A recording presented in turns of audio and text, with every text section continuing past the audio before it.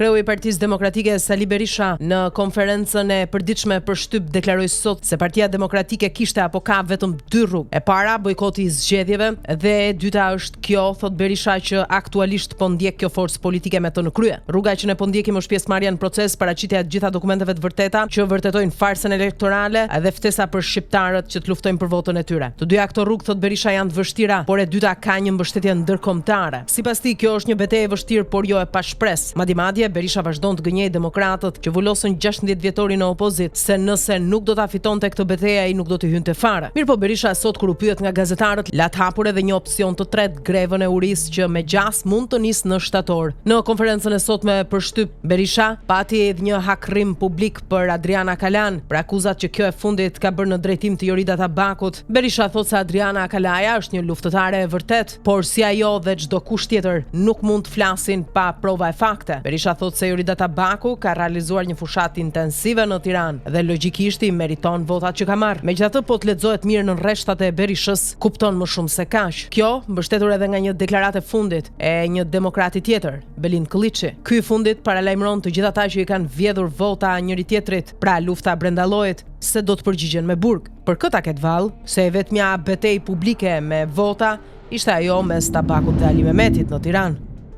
Keq nuk ka plasur vetëm në Partinë Demokratike, por edhe në Partinë Socialiste. Në fakt e kemi paralajmëruar me kohë. Duket se gara në listën e hapur të 11 majit ka shpërsuar luftrat e brendshme. Në një intervistë të fundit, socialisti veteran Fatmir Xhafaj flet për lojrat pista në Kampin Roz, madje edhe për goditjen në Brez brenda Partisë Socialiste. I pyetur për pengesat e ngritura ndaj tij, Xhafaj përgjigjet: "Gjatë kësaj rruge nuk kanë munguar pengesat, ishte një garë vështirë, shumë konkurruese me sfida të shumta dhe në disa aspekte jo edhe shumë e barabartë, pa barazi që në nisje të garës. Vetëm 12% e votave të marra janë nga njësia 10, kurse të tjerat nga i gjithë qarku. Nuk mund ta mohoj që në rastin tim ka qenë një proces edhe me sulme të ulta në Brez, që në nisje të tij disa individu përdorën të lëshonin në ndonjë media disa shpifje e trillime të ulta ndaj meje për të ndikuar në opinionin publik me një qëllim të vetëm, se si të isha humbës në këtë garë, por siç ka ndodhur edhe më parë, ne ja dolëm me sukses edhe kësaj here, duke fituar mbi ta dhe mbi të gjitha pengesat e ngritura." Me këtë ket vallë Fatmir Xhafaj, Kreu i Partisë Demokratike Sali Berisha bëri sot një deklaratë të fortë, më saktë një paralajmërim. Sipas Berishës, kryeministri Edi Rama po planifikon të emërojë të fortin e mafjes si ministër të brendshëm. Berisha e ka fjalën për kandidatin Arkend Balla, i cili rezultoi një ndër më të votuarit në qarkun e Durrësit, që sipas Berishës ka marrë 5000 vota, më shumë se edhe vetë kryeministri Edi Rama. Në konferencën e përditshme për shtyp, Berisha denoncoi se mafia i dha mandatin e 4 Edi Ramës. Kandidati i kartelit Troplini, karteli më i fuqishëm i kokainës në Ballkan dhe ndër më të fuqishmit në Europë, i cili është i vetmi kartel me port në dispozicion, është karteli që kontrollonte në çdo metër katror portin e Durrësit, është karteli që bënte çdo emërim dhe anullonte çdo shkarkim në këtë port, duke filluar nga pozicioni i fshesarit te Vinçeri, drejtori dhe Merav. Është karteli që kontrollon me 10 bizneset pa prekura nga Altin Dumani. Është karteli që një vit më parë do gjendej me 3 milionë euro dhe që nuk ndodhi asgjë. Ky kartel kishte përcaktuar Arkend Ballën si ministër të ardhshëm të brendshëm të Shqipërisë, paralajmëron Berisha.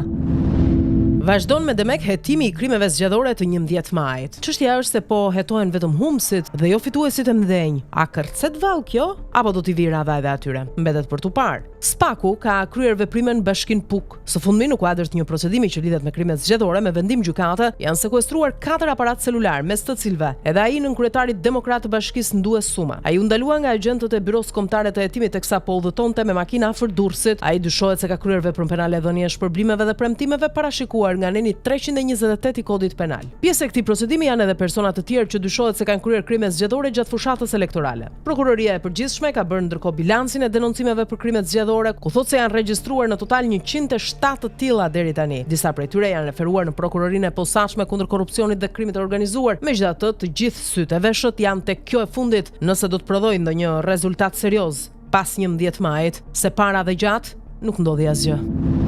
Në zgjedhjet e 11 majit, ndërsa u flitej shqiptarëve për transparencë, barazi dhe votë lirë, një strukturë e qeverisë siç është Posta Shqiptare ishte aktivisht e përfshirë në skemën e kontrollit të votës së diasporës, në kundërshtim të drejtë për drejtë me kodin zgjedhor. Përfshirja e Postës është tashmë e pranuar publikisht nga vetë kryetari i KQZ-s Ilirian Celibashi, i cili tha se ajo u përdor për dërgimin dhe kthimin e disa qindra zarfeve. Por të dhënat reale flasin për rreth 50.000 zarfe të përpunuar jashtë baze ligjore, shumica e cilëve kanë ardhur nga Greqia dhe Italia. KQZ kishte kontraktuar kompaninë DHL për një shumë rreth rreth 11 milion euro për të kryer këtë shërbim, por 25% e zarfeve janë devijuar nga DL-t e Posta Shqiptare, me dijenit plot dhe bashkëpunim të ngushtë mes drejtorit Postës Shqiptare Ardi Demirish, kryetari PS-s Elbasan, kreut KQZ-s Ilirian Celibashi, Qiriako Koçollarit, pronari DL-s në Shqipëri dhe sipas burimeve të brendshme në bashkërendim me kabinetin e kryeministrit Rama. Ky krim zgjator është i dokumentuar dhe tashmë kërkon hetim penal. Rava është e spakut veproi kryesisht për tetuar përfshirjen e Postës Shqiptare në një veprim të ndaluar nga kodi zgjator. Përgjegjësinë e Ardi Demirit si drejtori i institucionit publik, bashkëpunimin me DL-n për të devijuar zarfet dhe për të manipuluar votën e diasporës. Dhe ndëshkimi i këtij akti është prova reale nëse SPAK guxon të shkojë përtej fasadës dhe të godas thelbin e strukturës që kontrollon zgjedhjet në Shqipëri.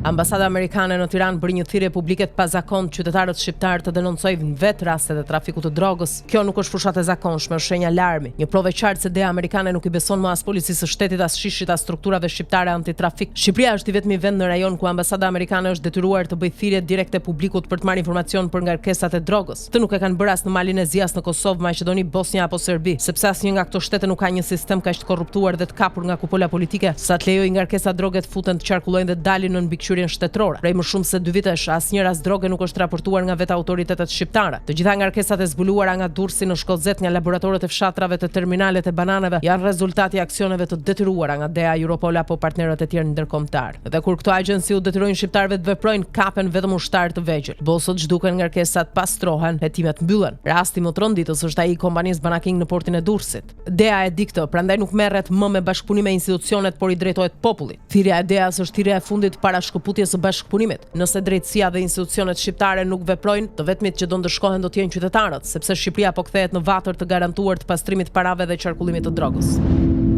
Pas helmimit të 10 fëmijëve në kopshtin e Gramshit, prindrit e tyre kanë protestuar ditën e sotme. Ata kërkojnë që ngjarja të hetohet deri në fund. Sipas rezultateve të fundit, 17 fëmijë janë helmuar me salmonel. Mirë po nga ajo që denoncojnë vetë prindrit, shumë prej tyre kanë qenë me serume për 72 orë pasi kanë pasur diarre çdo 10 minuta. Nga ana tjetër prindrit denoncojnë se mjekët i kanë dhënë diagnozën për virozë stine. Në një prononcim kryebashkiaku i Gramshit u shfaqsua sot kur tha se ushqimi gatuhet në kopsht. A thua nuk janë organizmat shtetëror, qoftë në nivel qendror apo vendor, ato që hartojnë tenderët publik për ushqimin në kopshte. Po ç'të hetohet kjo ngjarje, sikurse pretendojnë prindrit e shkret. Pasi prokurori që do hetojë këtë çështje është as më shumë as më pak se sa vetë vëllai kryebashkiaku të Gramshit.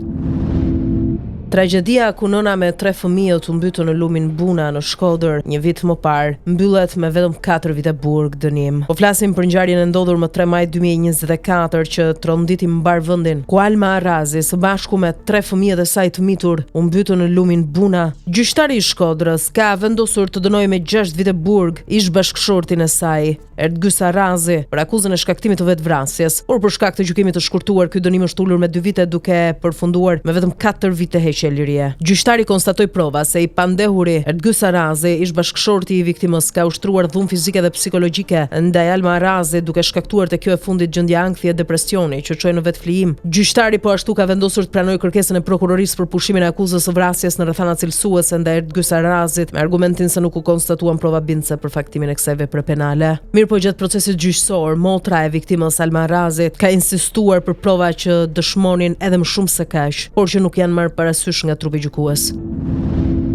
Një 39 vjeçar është arrestuar sot në Rinas pasi u kap me një valixhe me 338.000 euro drogë. Dimitër Sheu po udhëtonte nga Tajlanda drejt Shqipërisë, ndërsa në valixhe kishte futur 19 kg, 400 gram lëndë narkotike kanabis sativa me përqindje të lartë të THC, përkthyer në vlerën e tregut 338.000 euro. Ai është paguar nga një person tjetër për të kryer transportin e drogës, por para hetuesve ka refuzuar t'ia emra, duke qenë se ishte tranzit në Dubai për itinerarin e tij definitiv. Kanë qenë Emiratet e Bashkuara Arabe, të cilët kanë pikasur lëndë narkotike dhe kanë bllokuar valixhen, ndërsa më pas kanë komunikuar me autoritetet shqiptare. 39 vjeçari rezulton banues në fshatin Kras të Tepelenës.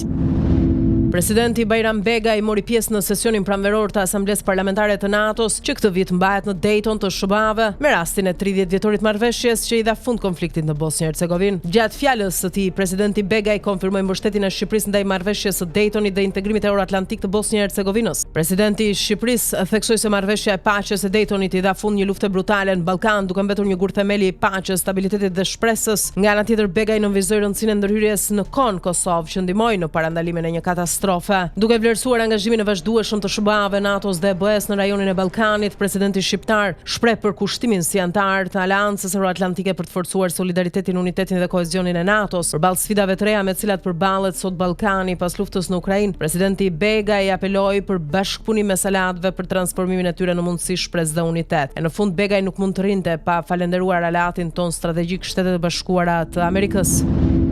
Mediat britanike raportojnë se ato që nuk mori dot në Tiranë, kryeministri Keir Starmer mund ta marrë në Prishtinë. Sipas mediave në Londër, Edi Rama, kryeministri i Shqipërisë, refuzoi planin dhe ofertën e Britanisë së Madhe për ngritjen e kampeve për refugjatët. Dhe tashmë Londra ka një as nën mëng planin B për fshirjen e Kosovës në këtë mesele. Britania do t'i kërkojë Kosovës të pranojë emigrantët që mbërrin me varka të vogla si pjesë e planeve për të hapur një seri qendra shkthimi jashtë vendit. Është gazeta The Times ajo e cila zbulon këtë plan të fshet. Në fakt më herët ka qenë presidenti i Kosovës Vjosa Osmani, e cila është deklaruar se vendi i saj është i hapur ndaj bisedimeve mbi një marrëveshje të mundshme për të pranuar azil kërkuesit e dështuar të Britanisë së Madhe. Kështu Kosova i bashkohet Serbisë, Maqedonisë së Veriut, Bosnjë-Hercegovinës dhe disa vendeve jashtë Europës që janë përfshirë në listën e vendeve me të cilat ministrat synojnë të hapin negociat. Britanikët i kishin varur shpresat tek Shqipëria me idenë e qartë se kryeministri Edi Rama do ta pranonte planin e tyre, por ja që në moment fundit duket se ka refuzuar dhe arsyet me siguri do të zbulohen rrugës. Sipas zyrës së jashtme britanike, gati 22.000 emigrant paligjshëm përdorën rrugët e Ballkanit perëndimor për të hyrë në Bashkimin Evropian vetëm vitin e kaluar. Kjo është një sfidë edhe kryeministrit aktual Keir Starmer, sikur paraardhësit e tij, dhe është në betejë jeta vdekje politike për ta realizuar atë. Kosova ka hyrë plotësisht në krizë politike dhe institucionale që pas zgjedhjeve të 9 shkurtit. Vendi është pa kuvend dhe qeveritëra. Kanë dështuar mbi 20 tentativa për konstituimin e kuvendit. Pasi kandidatura e Albulena Haxhiut propozuar nga Albin Kurti dhe Lëvizja Vetëvendosje fituese të zgjedhjeve të 9 shkurtit nuk ka marrë votat e nevojshme, pasi opozita nuk e voton. Teksa Bashkimi Evropian bën thirrje për formimin e institucioneve të reja në Kosovë, situata mbetet në vend numëro. Në një deklaratë për mediat sot, kryeministri në detyrë Albin Kurti deklaroi se zgjidhja për të dalë nga ngërçi është votimi i fshehtë në kuvend. Kurti vazhdon të qëndrojë kandidaturës Albulena Haxhiut edhe pse ajo nuk merr votat e nevojshme. Albulena Haxhiu nuk është as në pyetje as në pikpyetje. Përgjigjja është votimi i fshehtë për çfarë opozita padrejtësisht dhe me dëm për shtetin e Kosovës po e pamundson quorumin, thotë ai. Të dielën u bë tentativa e 21 për konstituimin e legjislaturës së 9 parlamentare dal nga zgjedhjet e 9 shkurtit, por sërish dështoi. Edhe pse kishte një nga premtimet e tij kryesore, shkaktoi bujë të madhe në fushatën e presidencialeve amerikane. Donald Trump nuk po mundet dot të prodhojë një rezultat konkret për paqen finale mes Ukrainës dhe Rusisë. Së fundmi ai është revoltuar edhe me presidentin ukrainas Volodymyr Zelensky, duke akuzuar këtë të fundit se me gojen e tij po shkakton më shumë probleme në këtë drejtim. Ai nuk po i bën asnjë nder vendit të tij duke folur në atë mënyrë. Çdo gjë që del nga goja e tij shkakton probleme, nuk më pëlqen dhe më mirë të ndalet, thot Trump për Zelenskyn. Ndërsa nga ana tjetër për kreun e Kremlinit, Trump thotë se është i çmendur plotësisht. Mirë po, kjo deklarati ka djegur Rusisë dhe Moska ka reaguar në mënyrë të rrufeshme. Megjithatë nuk vjet re një përshkallëzim i retorikës, por më shumë një qetësim i saj. Nga Kremlini thonë se Donald Trump është i ngarkuar emocionalisht. Jemi vërtet mirënjohës ndaj amerikanëve dhe personalisht presidentit Trump për ndihmën e tyre në organizimin dhe nisjen e këtij procesi negociator. Sigurisht në të njëjtën kohë ky është një moment i cili shoqërohet me mbi ngarkesë emocionale, thonë nga Kremlini. Në këtë retorik nga të katër anët nuk ka shpëtuar pa reaguar edhe presidenti francez Emmanuel Macron. Ky fundit thotë se presidenti amerikan Donald Trump tani po fillon të kuptojë gënjeshtrat e Vladimir Putinit për Ukrainën. Macron thotë se shpreson që zemërimi i Trumpit ndaj Putinit të shndërrohet në veprim konkret. Nuk ndalet Izraeli. Vazhdon gjenocidi i heshtur në Gaza. Të paktën 24 persona humbën jetën në 2 sulme ajrore nga forcat izraelite gjatë orëve të fundit. Njëri prej sulmeve goditi një shkollë në Gaza, e cila shërbente si streh për qindra persona që ishin larguar nga qyteti verior Beit Lahia, aktualisht në një ofensivë intensive të ushtrisë izraelite. Nga godina e kësaj shkolle janë nxjerrë trupat e të paktën 20 viktimave, përfshirë fëmijë, shumë prej të cilëve të djegur rënd pasi flakët përfshin klasat e kthyer në ambiente banimi. Mes viktimave është edhe Muhamet Al-Kasi, kreu i hetimeve për policinë Hamas në veri të Gazës bashku me gruan dhe fëmijët. Përpara këtij sulmi mbi këtë shkollë, një tjetër sulm ajror i Izraelit goditi një banesë në qytetin qendror të Gazas, duke lënë vrarë 4 persona të tjerë. Ajo që po ndodh në Gaza është e pafalshme. 66.000 fëmijë në Gaza janë në luftë për mbijetesë, ndërsa bota thjesht i vëzhgon. Në samitin e zhvilluar në Madrid më 25 maj, Spanja propozoi njohjen e shtetit palestinez dhe sanksione ndaj Izraelit për të ndaluar luftën. Këto masa përfshin pezullimin e marrëveshjes së asocimit me BE-n dhe ndalimin e shitjes së armëve. Nga ana tjetër, presidenti amerikan Donald Trump ka shprehur dëshirën për të përfunduar sa më shpejt luftën, por ka shmangur presionin direkt ndaj Izraelit. Në Gaza çdo ditë është një luftë për mbijetesë. Në një konferencë të posaçme për shtyp trajneri i kombëtarës shqiptare të futbollit, Silvinho publikoi listën zyrtare për ndeshjet e qershorit, më datë 7 kundër Serbisë dhe më datë 9 kundër Letonisë. Kështu për tjerë, Strakosha, Kastrati, Sherri dhe Dajsinani, mbrojtës Hysaj, Balliu, Mitaj, Ali, Kumbulla, Ismaili, Gjimshiti, Ajeti dhe Bajrami, mes fushor Ramadani, Shehu, Aslani, Laçi, Pajaziti, Bajrami, Berisha dhe Hoxha, ndërsa sulmues Muçi, Hasani, Broja, Uzuni, Manaj dhe Daku. Ndeshjen Shqipëri-Serbi, Silvinho e cilëson si speciale për shkak të historikut delikat. Ai thotë se kuqezin do t'japin zemrën dhe shpirtin në fush. Kjo ishte edhe porosia e veçantë për futbollistët e tij. I pyetur posaçërisht për këtë ndeshje, Silvinho tha se njeh historinë dhe u shpreh se pikërisht ndeshja me Serbinë është më specifike. Megjithatë, u shpreh i sigurt se Shqipëria hyn në fush për të treguar identitet në lojë.